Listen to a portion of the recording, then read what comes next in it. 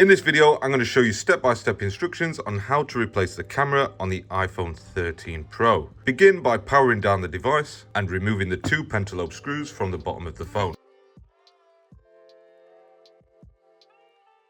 Now I'm going to place the phone face down on a heat mat set to 85 degrees. Once it's had 5 minutes on the heat mat, we're going to flip it over now and take a fine razor blade to create a small gap between the screen and the chassis of the phone.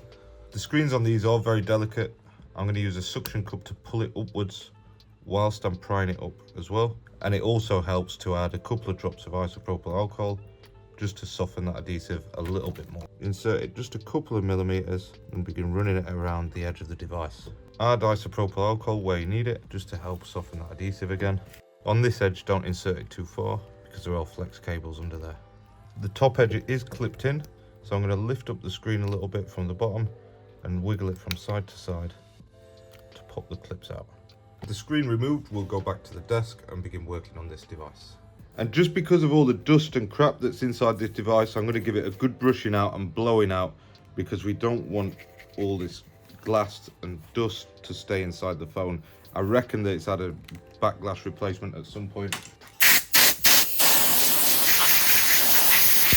So now that the phone's clean, we can open it up just like opening a book, and I'm going to prop it against a mug just to keep my two hands free so the screen doesn't fall down.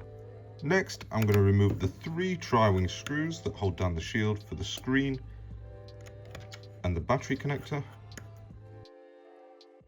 Then I'll use tweezers to lift up the shield and a plastic spudger to disconnect the battery as well as the display flex. Moving up to the top of the phone now, there's 2 tri-wing screws and 2 crosshead screws holding down this shield, and underneath there we'll find the connectors for the rear camera as well as the other connector on the screen.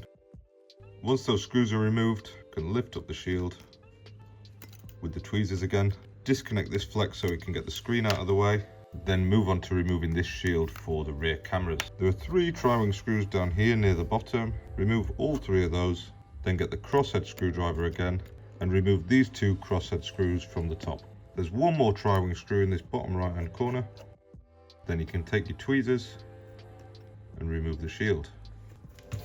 I'm going to remove this flex cable and just fold it back, and then remove this flex cable and this flex cable with the plastic spudger. Then take the tweezers and pry the camera out of the housing. Once you've removed the broken camera, it's important to clean out and blow out any dust that might have got inside the existing camera chassis hole thing, and then we're going to get hold of our new part. As always with cameras, these are genuine pull cameras. I don't even think that you can get aftermarket options. The supplier that we get these from, they put these little protective covers on them, so we'll remove those with our tweezers, and I'll give it one last blowout and a quick look to make sure that there's no smudges or smears on the lenses, which this one looks good. So we're just going to drop it straight back in. Make sure that everything's connected. I didn't have to disconnect that one in the end. Reconnect the 3 FPCs that we disconnected. Make sure that it's sat down nice. The big shield's got this little lip on it. You have to make sure that that's sat underneath the edge of the chassis, otherwise it won't sit down correctly. We can re-secure the 3 tri-wing screws right in the middle of the shield or on this nearest edge.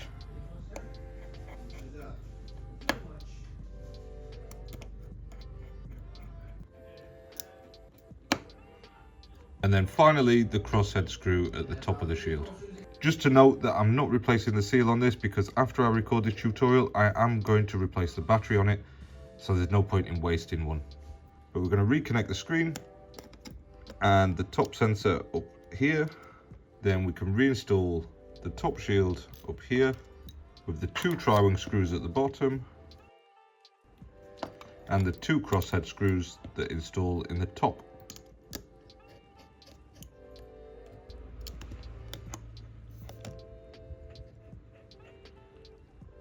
Now we'll go back down and reconnect the battery.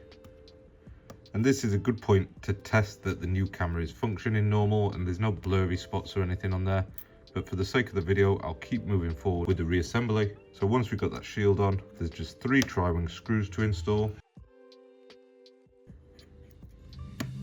Now we can fold down the screen the opposite way to how we opened it.